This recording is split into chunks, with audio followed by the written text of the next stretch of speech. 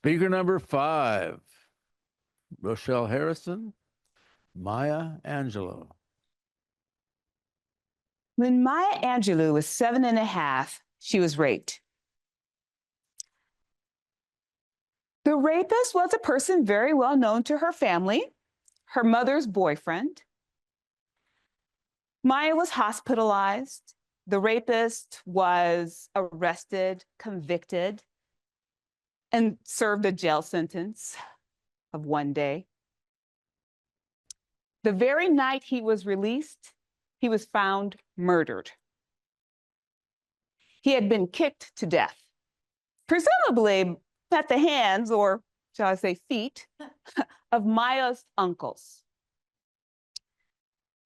With her 7.5-year-old logic, Maya felt that she caused the man's death because she spoke his name. So she decided to not speak, and she didn't for 5 years. Maya later talks about how during that period of time, she let her body become her ears. She would walk into a room and just absorb all of the sounds. How in that 5 years, she read every single book in the Black school library and every book she can get her hands on from the white school library. She memorized James Weldon Johnson, County Cullen, Langston Hughes. She memorized all of that. She memorized entire sonnets and plays from Shakespeare. Having never heard poetry, she memorized Edgar Allan Poe, all of his poems. Balzac, Longfellow, Kipling, all of it.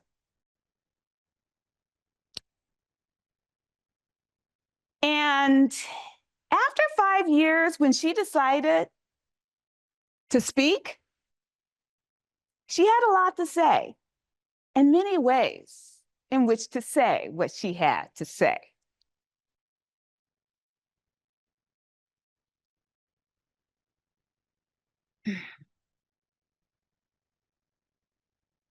With that, in that kind of evil, which really is the most unspeakable type of evil, the rape on the body of a young person, it typically oftentimes creates this cynicism.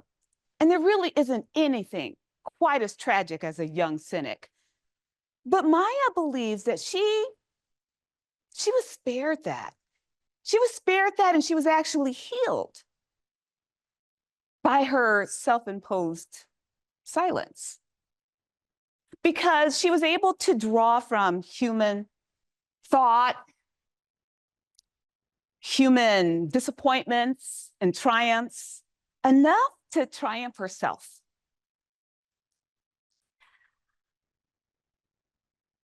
Maya tells her tale in one of the most widely read memoirs of the 20th century, called I Know Why the Caged Bird Sings.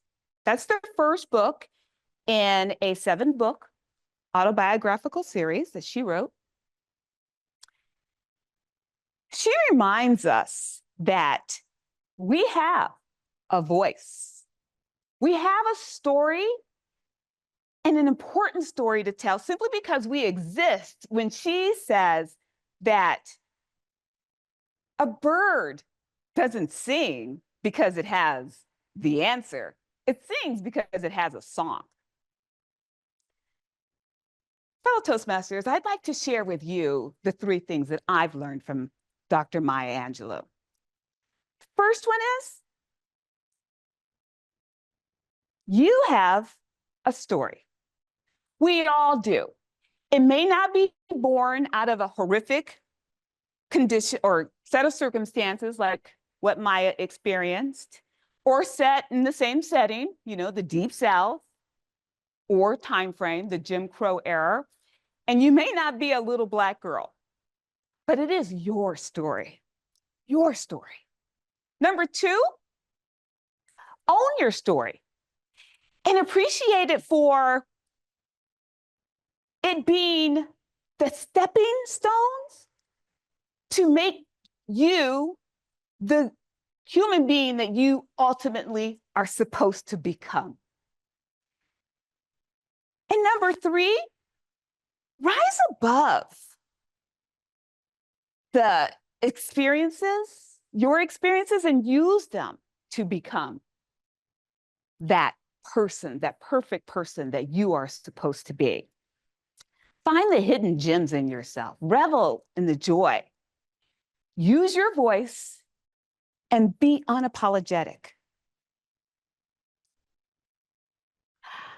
One of my favorite poems by Dr. Maya Angelou is Still I Rise, because I think that that poem embodies all of that. It really speaks to me. And I would like to share just the last stanza with you. It goes like this. From the huts of history's shame, I rise. Up from a past rooted in pain, I rise. I'm a black ocean, leaping and wide, welling and swelling. I cast in the tide, leaving behind nights of terror and fear. I rise into a daybreak that's wondrously clear. I rise, bringing the gifts that my ancestors gave. I am the hope and the gift of the slave. I rise, I rise, I rise.